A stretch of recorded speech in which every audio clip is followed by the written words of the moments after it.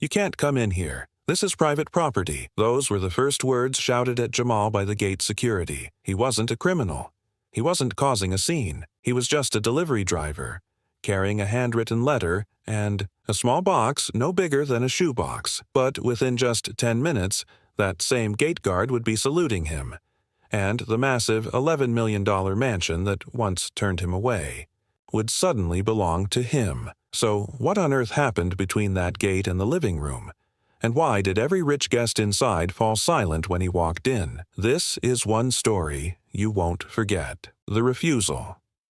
It was a hot summer afternoon in Beverly Hills, the kind where the sidewalks shimmer and the Bentleys gleam. Jamal had been working double shifts all week. A former mechanic-turned-delivery driver, he didn't complain. He was saving up for something big. But that day's delivery wasn't ordinary. He was holding a sealed envelope marked "Confidential, Hand Deliver Only." It was addressed to Mr. Charles Lancaster III, a name whispered with weight in real estate circles. Jamal approached the iron gates of the mansion. 12 feet tall, laser security, guard post with tinted glass. "Back up, man. No food deliveries here," the guard said, eyes scanning Jamal's plain uniform and dusty van. Jamal held up the box. "It's not food. It's a personal delivery from Mr. Danvers." That name should have meant something. But the guard didn't care. "You heard me. No entry, no exceptions." Behind him, the mansion buzzed with laughter. A massive charity gala was underway. Politicians, actors, and billionaires mingled under crystal chandeliers. And Jamal? He was being treated like trash at the curb. But he didn't raise his voice. He just pulled out his phone, pressed one button, and said quietly, "He said if this happened, to tell you, Plan Omega." The guard's face turned pale.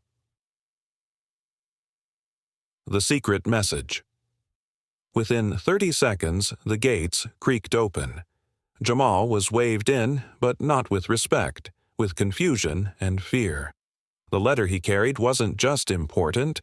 It was from Arthur Danvers, a name rarely heard in public, a shadow investor, controlling properties across 5 continents. And the letter? It contained a transfer order, not of funds, not of stocks, but of ownership. The Lancaster estate, 23,000 square feet, 8 bedrooms, 2 helipads, a $2.3 million sculpture garden. Every inch of it was being transferred to Jamal. But why? Inside, as tuxedos turned and music faded, Charles Lancaster stood frozen.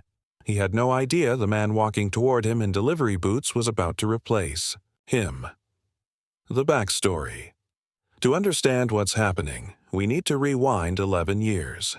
Back when Jamal was just 17, living in a cramped apartment with his mother and fixing cars in exchange for food. One night, he helped a man stranded on the freeway, his Rolls-Royce engine steaming. Most people would have ignored it. Jamal? He fixed it with duct tape and a paperclip. The man? Arthur Danvers. He never forgot Jamal's calm genius. Over the years, Danvers sent small checks, mentorship letters. One day, he even offered Jamal a partnership.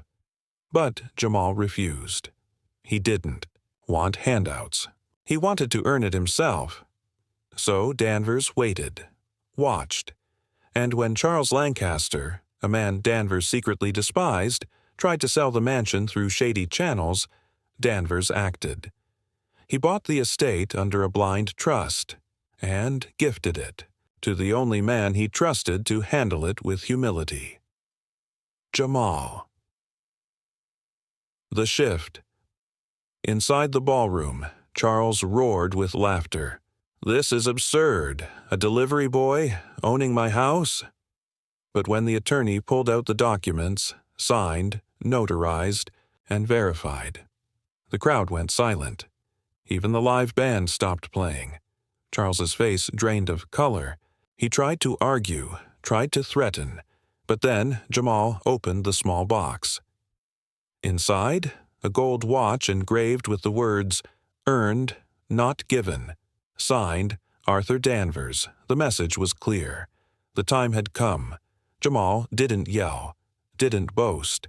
He just said, "This place needs less arrogance and more purpose." Then he turned to the guests. "I'm not here to throw anyone out, but this mansion will now serve hot meals to veterans and struggling families. Starting tomorrow." Applause, real applause, not for money, but for meaning. Conclusion. Jamal's story isn't about revenge. It's about grace, about staying quiet when others shout, and rising high without stepping on anyone to get there.